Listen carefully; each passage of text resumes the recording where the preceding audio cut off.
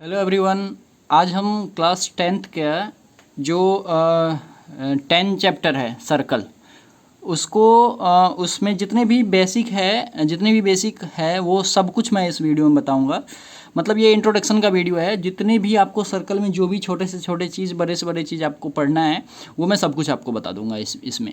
और ये सर्कल के बारे में आपने ऑलरेडी क्लास 9th में भी पढ़ा होगा सब कुछ, और मैं इसमें फिर से आपको एक एक पॉइंट बता देता हूँ। ठीक है, तो देखो इसमें क्या है, सर्कल पता है आपको, ये इस तरह के शेप को हम सर्कल कहते हैं। ठीक है, तो ये जो बीच वाला पॉइंट है इसे हम क्या कहते हैं, सेंटर कहते हैं। ये आपको पता होगा, ये जो बीच वाला पॉइंट है ये यहाँ से जहाँ से आप जो है ये कंपास लगा करके ऐसे चारों तरफ घुमाते हो, ये क्या होता है, इसे हम सेंटर कहते हैं, बिल्कुल बीच में है। ठीक है, और ये जो अंदर में पार्ट आपको दिख रहा होगा, अंदर में जो पार्ट आपको दिख रहा होगा इसको ये इंटीरियर पार्ट है। ठीक है, और ये जो आपको ये बाउंड्री दिख रहा है इसे हम ऑन द सर्कल कहते हैं, ऑन द सर्कल कहते हैं। ठीक है, ये जो बाउंड्री दिख रहा है, और ये जो बाहर में आपको पार्ट दिख रहा है, ये बाहर वाला पार्ट जो दिख रहा है इसे हम एक्सटीरियर पार्ट कहते हैं। ठीक है, एक्सटीरियर पार्ट मतलब किसी भी सर्कल के जो है ना वो 3 पार्ट्स होते हैं। ये क्लास 9th का जो एक्सरसाइज है सर्कल का, उसमें ये पूछा गया है जो कितने how many parts of circle, तो उसमें हम कह सकते हैं there are 3 parts of circle, first interior on the circle and exterior. मतलब ये जो अंदर वाला पार्ट है इसे हम इंटीरियर कहते हैं। ये जो बाउंड्री दिख रहा है आपको लाइन, ये ब्लू कलर का, तो इसे हम ऑन द सर्कल कहेंगे। और ये जो बाहर वाला जो एरिया है, बाहर वाला जो पार्ट है उसे हम एक्सटीरियर कहते हैं। ठीक है, ये तो पहला पॉइंट था। अब हम दूसरा पॉइंट समझते हैं। यहाँ पर देखो ये सेंटर है, तो ये जो सेंटर है ये यहाँ से यहाँ तक की जो दूरी होती है इसे हम रेडियस कहते हैं, ये आपको पता होगा। ठीक है, इसे हम क्या कहते हैं, रेडियस। ठीक है, और इसे हम आर से डिनोट करते हैं, ये आपको पता होगा, जैसे हम आर से डिनोट। तो एक सर्कल में कितने सारे रेडियस हो सकते हैं, यहाँ से यहाँ तक कहीं भी इसे ज्वाइन कर दो, इसे ऑन द सर्कल से, मतलब इसका जो बाउंड्री है सर्कल का, इसे कहीं भी ज्वाइन कर दो, ये क्या हो जाता है, ये रेडियस हो जाता है। ठीक है, रेडियस भी आपको पता चल गया। उसके बाद हम देखते हैं, देखो इसे हम कहते हैं कॉर्ड।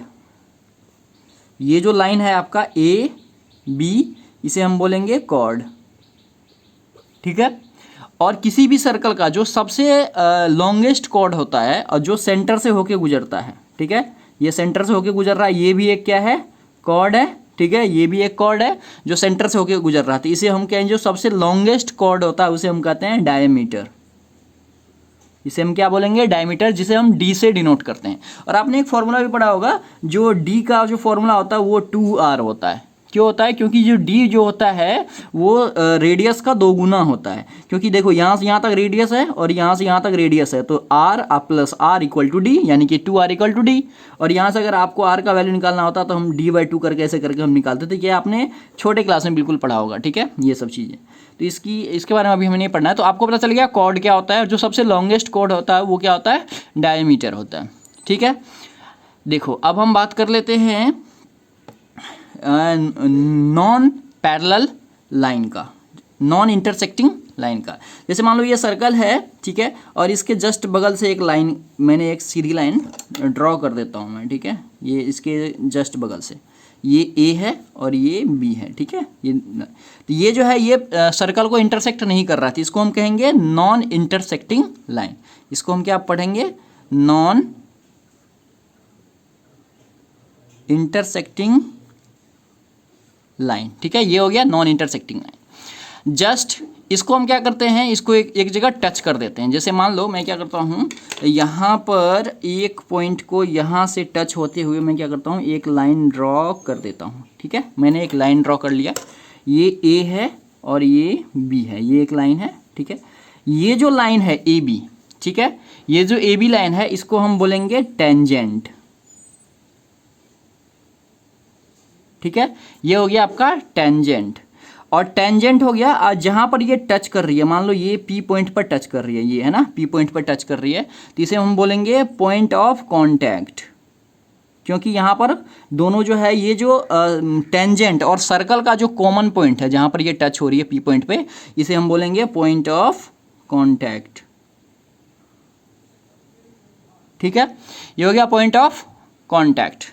ठीक है, ये रेडियस होता है, ये सेंटर यहाँ से यहाँ तक रेडियस होता है, कहीं भी मिला दो, मैंने आपको बता रखा। देखो अब इसी तरीके का हम क्या करते हैं, जब भी कभी सर्कल पर मान लो कहीं दो जगह पर ये जो है ना ये कट कर रही है, ये लाइन कहीं भी दो जगह पर ये कट कर रही है मान लो, तो ये एक लाइन है, ठीक है, यहाँ पर दो जगह जो है ये इंटरसेक्ट कर रही है, ठीक है, ये दो जगह इंटरसेक्ट, जब भी सर्कल को कहीं दो जगह पर इंटरसेक्ट करेंगे तो इस लाइन को हम कहेंगे सीकेंट, इसको क्या कहेंगे हम, सीकेंट, ठीक है। यहाँ तक आपको समझ में आ गया होगा। अब हम आर्क समझ लेते हैं, जो आर्क क्या होता है, ठीक है, बिल्कुल छोटी छोटी चीज़ें हैं, आप इसे ध्यान से देखो। देखो आर्क क्या होता है, मान लो ये एक सर्कल है, ठीक है, और ये सर्कल ही है, और मैंने क्या करा, यहाँ से एक टुकड़ा कट कर लिया, यहाँ से ये इसे ए कर लेता हूँ मैं, इसे बी लेट कर लेता हूँ। ये जो टुकड़ा दिख रहा है आपको यहाँ से ए बी का, जो ये टुकड़ा दिख रहा है, इसको हम बोलेंगे आर्क।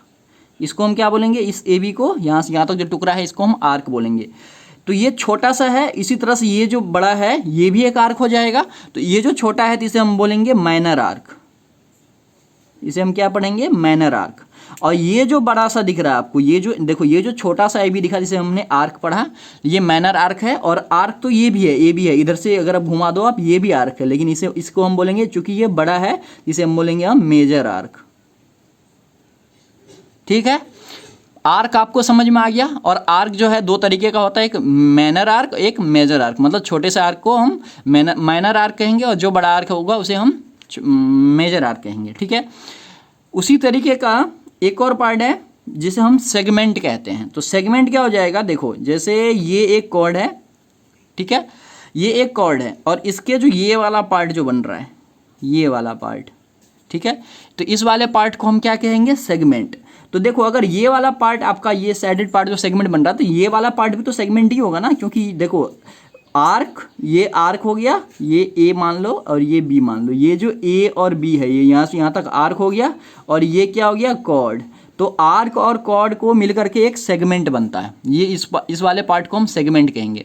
तो उसी तरीके से देखो ये एक कॉर्ड है और ये भी तो आर्क है ना, तो ये भी एक क्या बन रहा है, सेगमेंट बन रहा है। तो चूंकि ये छोटा है तो इसे हम क्या बोलेंगे, माइनर सेगमेंट, ठीक है। और उसी तरीके से ये वाला पार्ट जो आपको दिख रहा है इसे हम बोलेंगे मेजर सेगमेंट। मैं इसी में लिख देता हूं मेजर सेगमेंट, ठीक है। ये छोटे वाले पार्ट को हम माइनर सेगमेंट, इसे हम मेजर सेगमेंट, ठीक है। नेक्स्ट पॉइंट पे आ जाते हैं हम। नेक्स्ट पॉइंट क्या है, देखो यहाँ से सेक्टर की बात कर लेते हैं। सेक्टर, तो जैसे ये मान लो ये ओ पॉइंट है, ये रेडियस है, ये रेडियस है, ठीक है। इसे मैं ए लेट कर लेता हूँ, इसे बी लेट कर लेता हूँ। तो इसमें जो आपको ये वाला पार्ट दिख रहा है, ये वाला जिसे मैं शेड कर रहा हूँ जिसे मैं, देखो ये वाला पार्ट दिख रहा है आपको, तो इस वाले पार्ट को हम क्या बोलेंगे, सेक्टर। तो चूंकि ये छोटा सा है तो इसको हम क्या बोलेंगे, माइनर सेक्टर,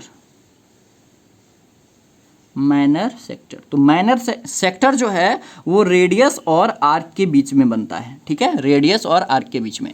और सेगमेंट जो है वो आर्क और कॉर्ड के बीच में बनता है, ठीक है। तो जैसे ये माइनर सेक्टर है उसी तरह से ये वाला पार्ट भी तो है, ये वाला पार्ट भी है ना, तो इसको हम क्या बोलेंगे, मेजर सेक्टर, मेजर सेक्टर। बहुत सारी चीज़ है इसमें जो जिसका यूज़ आपको इस चैप्टर में नहीं है, लेकिन इसी का जो 12 चैप्टर में जाओगे तो ये सब कुछ आपको यूज़ होगा। तो इसलिए मैं आपको इसी वीडियो में, चूंकि ये सर्कल का चैप्टर है इसलिए मैंने इसी में सब कुछ कवर करा देता हूँ। देखो ये वाला पार्ट हो गया।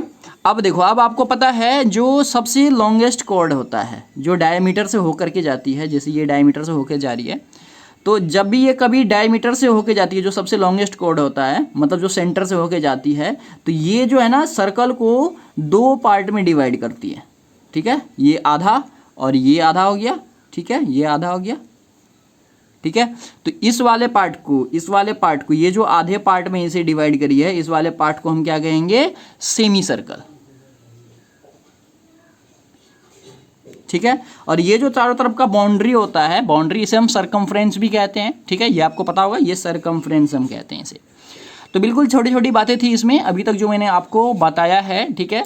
इतने से ही चीज़ आपको पढ़ने हैं। मैंने टेंजेंट बताया, नॉन इंटरसेक्टिंग लाइन बताया, सीकेंट बताया है, डायमीटर बता दिया, कॉर्ड बता दिया, ठीक है, और radius, centre, exterior, interior, minor arc, major arc, minor sector, segment, semi circle, मैंने सब कुछ बता दिया जो आपको इसमें पढ़ना है, ठीक है। अब जो है इसमें है थ्योरम 10.1। देखो थ्योरम 10.1 एक्चुअली ये ज़्यादा इम्पोर्टेंट नहीं है, मतलब ये पेपर में वगैरह में नहीं पूछा जाता है, लेकिन जब भी आप क्वेश्चन करोगे इसके सवाल तो उसके लिए बहुत ही ज़्यादा इंपॉर्टेंट है ये थ्योरम 10.1, क्योंकि ये थ्योरम 10.1 का आपको कॉन्सेप्ट समझना है, ठीक है। कॉन्सेप्ट समझना है, अगर आपने कॉन्सेप्ट समझ लिया तो इसी के बेस्ड पे जो है लगभग मैक्सिमम क्वेश्चन है इसमें, ठीक है। इस चैप्टर में टोटल 2 थ्योरम्स है, एक है थ्योरम 10.1 और थ्योरम 10.2, 2 थ्योरम है। तो मैं दोनों थ्योरम ही करा दूंगा, लेकिन पहले हम थ्योरम 10.1 को समझते हैं। इसमें क्या कह रहा है, the tangent at any point of a circle is perpendicular to the radius through the point of contact. कह रहा था टेंजेंट एट एनी पॉइंट, ये मैंने क्या करा, एक सर्कल बना लिया और एक मैंने क्या करा, ये ए भी एक टेंजेंट बना लिया, ए भी एक टेंजेंट बना लिया, ठीक है। Of a circle is perpendicular to the radius through the point of contact. मतलब ये कह रहा है जो सेंटर से जो रेडियस जाएगी पॉइंट ऑफ कॉन्टैक्ट पे, ये जो पॉइंट ऑफ कॉन्टैक्ट है पी, है ना, तो यहाँ पर जो है ये 90 डिग्री का एंगल बनाती है। ये चीज़ें आपको प्रूव करना, तो मैंने वही लिखा है जो A B is the point of, नहीं A B is the point of contact नहीं, A B is the tangent हमने लेट कराया ना ए बी को, हाँ। A B is the tangent where P is the point of contact, P जो है वो पॉइंट ऑफ कॉन्टैक्ट है। तो टू प्रूव करना है जो ओ पी जो है वो परपेंडिकुलर है ए बी पे, ओ पी जो है ये परपेंडिकुलर है ए बी पे, मतलब ओ पी जो है वो ए बी पे परपेंडिकुलर है, ये चीज़ आपको प्रूव करना है, ठीक है। तो मैं अगर आपको रियलिटी बताऊं तो इस थ्योरम का कोई प्रूफ नहीं है, आप बुक में भी देखोगे तो इसका कोई प्रूफ नहीं किया गया है। तो मैं इसे क्या करता हूँ, प्रूफ करके आपको बताता हूँ, और ये आपसे पेपर में नहीं पूछा जाएगा जिसे प्रूफ करो, लेकिन इससे रिलेटेड क्वेश्चंस बहुत सारे आते हैं। तो इस थ्योरम को बेसिकली है क्या, इस थ्योरम को समझना मेन है, जो इसका कॉन्सेप्ट क्या है, ये कह रहा है वो चीज़ समझते हैं। तो सबसे पहले मैं इसको प्रूफ कर देता हूँ, फिर मैं इसका कॉन्सेप्ट आपको बताऊँगा ये कहना क्या चाह रही है ये थ्योरम। तो इसमें कंस्ट्रक्शन में हम क्या करेंगे, देखो मैं क्या करूँगा, यहाँ से जो है ना कुछ पॉइंट्स को यहाँ पर मैं जोड़ देता हूँ। जैसे इसको मैंने जोड़ दिया, मान लो ये सी है, इसको भी मैं यहाँ पर जोड़ देता हूँ, यहाँ पर डी पॉइंट है, ठीक है। इसको मैं एक और लेट कर लेता हूँ, मान लो ई पॉइंट है, और इसे भी मैं एक लाइन और ड्रॉ कर देता हूँ, ये हो गया एफ पॉइंट है, ठीक है। तो अभी देखो मैं अभी लिखते जा रहा हूँ, फिर मैं आपको बताऊँगा मैं क्या लिख रहा हूँ। देखो सबसे पहले हम क्या करेंगे, देखो यहाँ पर जो ओ पी है, जो ओ पी जो है कंस्ट्रक्शन में पहले मैं लिख देता हूँ join O C O E O D and O F, ठीक है। ये हमने कंस्ट्रक्शन करा। अब देखो अब मैं क्या लिखूंगा, यहां से आते हैं हम प्रूफ पे, ठीक है, यहां से हम प्रूफ पे आते हैं। तो देखो ओपी मैं लिख सकता हूं यहाँ पे, देखो फिगर को देखो आप, ओपी जो है, ये जो ओपी है ये छोटा है ओसी से, ये जो ओपी है देखो आप ये फिगर से देख कर देखो, ये जो ओपी का लेंथ होगा ये ओसी से छोटा होगा, जाहिर सी बात है। तो मैं यहाँ पे लिख देता हूँ क्या, ओपी जो है ये लेस देन है ओ सी से, ओपी जो है लेस देन है ओ सी से। सिमिलरली ओपी जो है वो लेस देन हो जाएगा ओ ई से, ओपी जो है वो लेस देन हो जाएगा ओ ई से।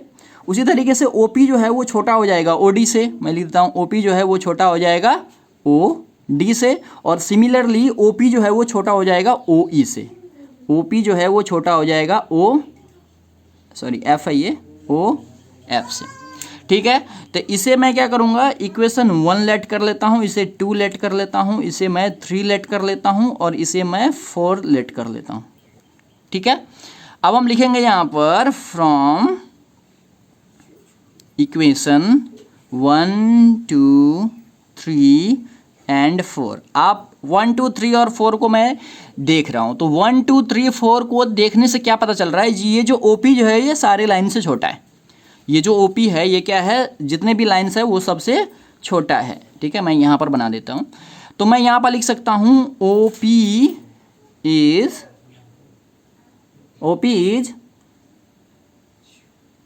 शॉर्टेस्ट साइड, ठीक है।